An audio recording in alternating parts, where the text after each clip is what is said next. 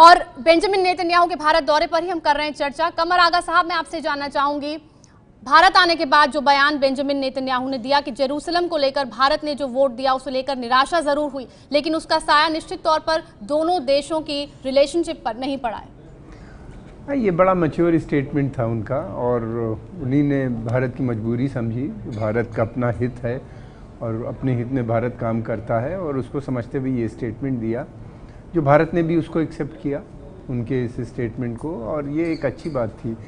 और मैं समझता हूँ कि रिश्ते इतने डीप रूटेड बन चुके हैं, इतने गहरे हैं दोनों के बीच में कि एक वोट से, जैसा उन्हीं ने स्वयं कहा कि रिश्ते नहीं बिगड़ते, और एम्बेसडर काटजू ने भी जिस बात के ऊपर जोर दिया था कि और ये दोनों देशों के हित में है, इसलिए ये आगे भी चलने वाले हैं। इनमें कोई, मुझे नहीं लगता कि कोई रुकावट आएगी आने वाले समय में। हमको रक्षा, सुरक्षा, एग्रीकल्चर, फिर उसके बाद वाटर डिसैलिनेशन, फिर उसके अलावा साइंस, टेक्नोलॉजी, आर्ट, कल्चर, सभी चीज़ों में ये रिश्ते आगे बढ़ते हुए नज़र आ रहे हैं। और 6 करारदाद जो आज साइन होनी है वो इन्हीं चीज़ों पे होगी। और दूसरी बात यह है कि इज़राइल का भी बहुत फ़ायदा है भारत के साथ संबंध बनाने में जी। उसके लिए उसको इतना सस्ता लेबर, इतना अच्छा लेबर जो कंप्यूटर से भी है, टेक्निकल है, और फिर उसके बाद अंग्रेज़ी भी बोलता है, इतना बड़े नंबर हैं उसके जिसकी कोई इंतहा नहीं हिंदुस्तान के अंदर।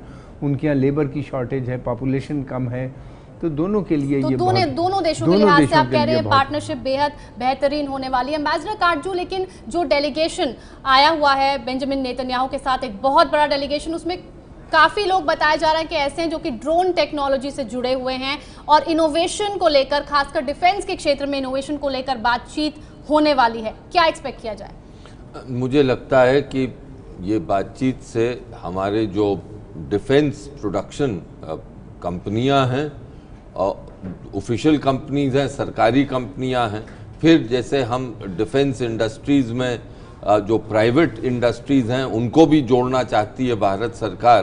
तो इज़राइल के पास टेक्नोलॉजी है, इज़राइल की डिफेंस इंडस्ट्री काफ़ी प्रगति कर चुकी है, और मुझे उम्मीद यही है कि इस नेतन्याहू के दौरे के दौरान हमारे इंडस्ट्री के लोग और इज़राइल की इंडस्ट्री के लोग मिलेंगे, आपस में विचार करेंगे और नए रास्ते ढूंढेंगे कि सहयोग किस तरह से बढ़ाया जाए, कौन से ऐसे हथियार हैं, कौन से ऐसे सिस्टम्स हैं जो भारत में भी निर्माण हो सकते हैं मेक इन इंडिया प्रोग्राम के तहत। जी जी, एम्बेसडर काटजू, एक चीज़ और, ये जो spike anti tank missile system है, इसको लेकर हमारी एक डील हुई थी या होने जा रही थी, जिसको स्क्रैप कर दिया था रक्षा मंत्रालय ने, और अब फिर गवर्नमेंट टू गवर्नमेंट लेवल पर इस पर बातचीत होने जा रही है। ये कितना अहम है? देखिए, कई बार ये जो समझौते होते हैं, जो बातचीत चलती है, नेगोशिएशंस होते हैं, ये बहुत कॉम्प्लिकेटेड होते हैं और इसमें कई बार रुकावटें होती हैं।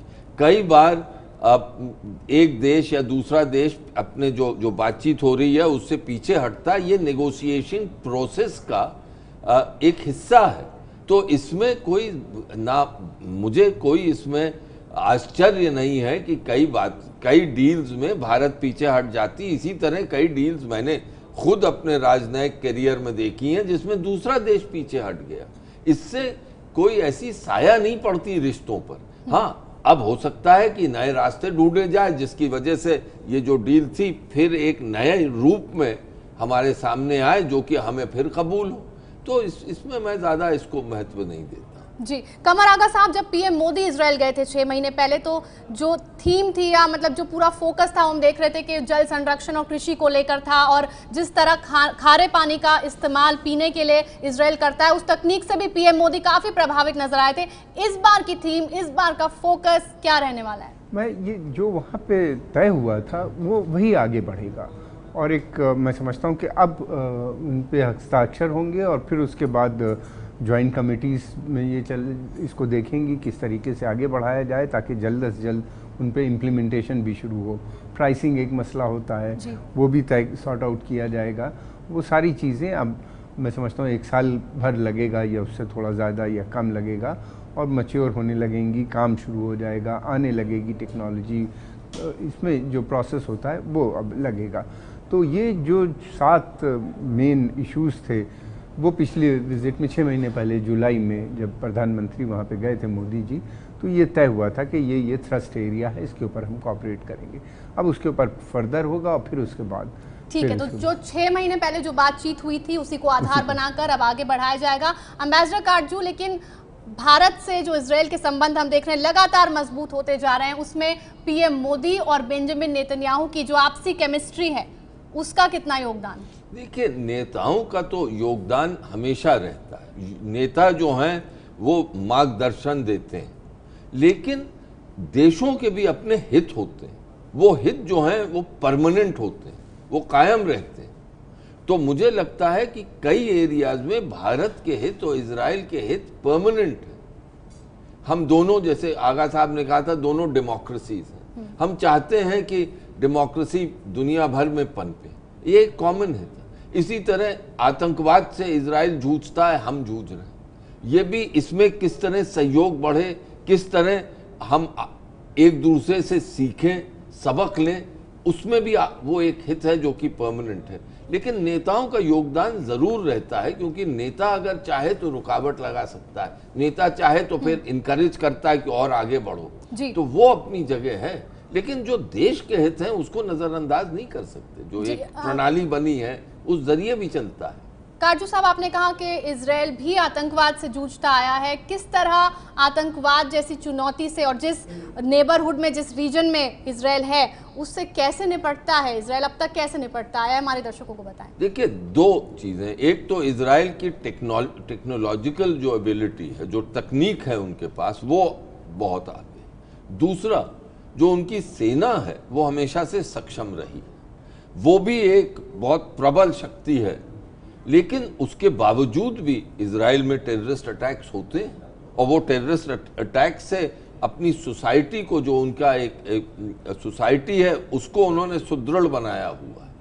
उससे वो आगे बढ़ जाते हैं, इन अटैक से निपटते हैं, वो मनोबल हाई रहता है। उसी तरह अब हम भी उस दिशा में चल रहे हैं, हम भी जूझते हैं जी। और उम्मीद है कि इसी क्षेत्र में हमारा जो सहयोग है वो और आगे बढ़ेगा। दोनों देशों के जो रिश्ते हैं वो इसी तरह और मजबूत होते जाएंगे। अपने दर्शकों को एक बार फिर से याद दिला दें, बस थोड़ी ही देर में राजघाट पहुंचेंगे इजराइल के प्रधानमंत्री बेंजामिन नेतन्याहू, जहां वो बापू को श्रद्धांजलि देंगे। थोड़ी देर पहले राष्ट्रपति भवन में उनका औपचारिक स्वागत हुआ और वहां से राजघाट के लिए रवाना हुए हैं बेंजामिन नेतन्याहू। राजघाट में हो रहा है बेंजामिन नेतन्याहू का इंतजार। बापू को श्रद्धांजलि देंगे। 6 दिन के भारत दौरे पर हैं, उसका आज दूसरा दिन है और पहुंच चुके हैं बेंजामिन नेतन्याहू नई दिल्ली के राजघाट। ये तस्वीरें हम आपको दिखा रहे हैं। बापू को श्रद्धांजलि देने पहुंचे हैं इजराइल के प्रधानमंत्री बेंजामिन नेतन्याहू। उनके साथ उनकी पत्नी भी नजर आ रही हैं। काटजू साहब, ये तस्वीरें अगर आप हमारे दर्शकों को समझा पाएं। देखिए, ये हमारा जो प्रोटोकॉल है स्टेट विजिट्स का, उसका एक हिस्सा है। अब ये श्रद्धांजलि हमेशा देने जाते हैं। जो भी स्टेट विजिट पे विदेशी अतिथि आता है, और राजनेता, राष्ट्रपति आया, प्रधानमंत्री आया, तो वही एक सिलसिला है। उनका औपचारिक स्वागत होता है राष्ट्रपति भवन के प्रांगण में, और वहां से वो जाते हैं बापू की समाधि पर। तो देश के राष्ट्रपिता को श्रद्धांजलि देने जरूर जाते हैं। अब जो मुझे याद पड़ता है, खाली एक शायद अरब नेता थे, शायद सऊदी अरेबिया के राजा थे, उन्होंने कहा था कि उनकी जो धार्मिक रीतियां हैं वो उनको इजाजत नहीं देती समाधि में जाने के लिए, शायद वो नहीं गए थे। नहीं तो उसके अलावा हर राजनेता जाता है, क्योंकि हमारा ये एक प्रोटोकॉल बंधा है।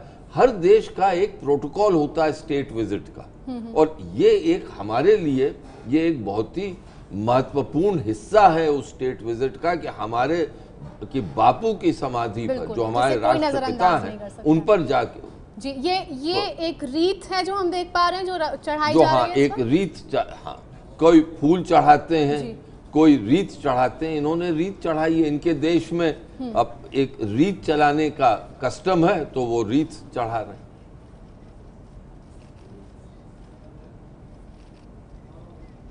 तो ये तस्वीरें दिल्ली के राजघाट की हम अपने दर्शकों को बता दें, जो आप देख रहे हैं। इजराइल के पीएम बेंजामिन नेतन्याहू, उनके साथ उनकी पत्नी दिल्ली के राजघाट पर बापू को श्रद्धांजलि देते हुए। बापू की समाधि पर एक फूलों की रीत चढ़ाई है इजरायली पीएम बेंजामिन नेतन्याहू और उनकी पत्नी ने। और जैसा कि एम्बेसडर काटजू हमें बता रहे थे कि ये लगभग हर राष्ट्राध्यक्ष जो भारत आता है बापू को श्रद्धांजलि जरूर देता है। दिल्ली के राजघाट से लाइव तस्वीर आपको दिखा रहे हैं। इजरायली पीएम बेंजामिन नेतन्याहू, उनके साथ उनकी पत्नी बापू की समाधि पर। आपसे कुछ देर पहले राष्ट्रपति भवन में गार्ड ऑफ ऑनर दिया गया, औपचारिक स्वागत किया गया और उसके बाद राजघाट पहुंचे हैं बेंजामिन नेतन्याहू।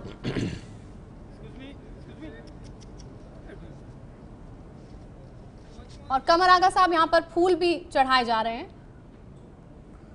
ये तरीका है श्रद्धांजलि देने का, वहाँ पे रखे रहते हैं वो लोग, उसकी तरफ से भी इंतज़ाम होता है जो कमेटी है वहाँ पे, और एक थाली में फूल रख देते हैं लाके और उसको ये लोग चढ़ा रहे हैं।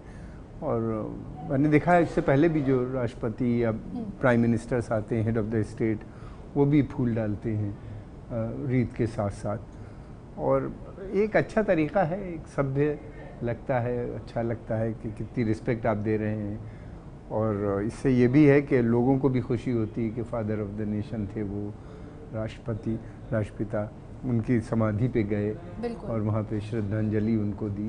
तो ये एक बड़ा अच्छा ट्रेडिशन है जो ज़माने से चला आ रहा है भारत में और उसको आगे बढ़ा रहा है। उन्हीं ने भी उसको एक्सेप्ट किया। हालांकि गांधी जी ने पैलेस्टाइन को खुल के सपोर्ट किया था। भारत के रिश्ते पैलेस्टाइन से भी उतने पुराने हैं जो आज तक बरकरार हैं, साथ में इजराइल के साथ। जी, और एम्बेसडर काटजू, इन तस्वीरों में हम ये देख पा रहे हैं नेतन्याहू की पत्नी सारा नेतन्याहू बातचीत कर रही हैं, कुछ वहाँ कुछ पूछ रही हैं, राजघाट में मौजूद हैं। हाँ, वहाँ जो राजघाट में जो ऑफिशियल्स हैं उनसे कुछ राजघाट के बारे में पूछ रही होंगी, वो उनको बता रहे हैं। ये होता है, कई बार होता है कि जब नेता बाहर का अतिथि आता है तो वो दिलचस्पी दिखाता है जानने के लिए, कुछ तो पहले से पढ़ के आता है, कुछ वो जानने की कोशिश करता है कि ये जो हमारा सिस्टम है, हमारा कस्टम है और उसके माने क्या हैं, राजघाट का, भारत की जिंदगी में राजघाट का महत्व क्या है। तो ये एक सिलसिला चलता है। लेकिन यहाँ मैंने देखा कि उन्होंने रीत भी डाली और रीत के साथ साथ उन्होंने फूल भी चढ़ाए। तो उन्होंने अपनी जो कस्टम था वो भी अपनाया और जो हमारा है, हम फूल चढ़ाते हैं, उसको भी उन्होंने अपनाया। ये है एबीपी न्यूज़, आपको रखे आगे।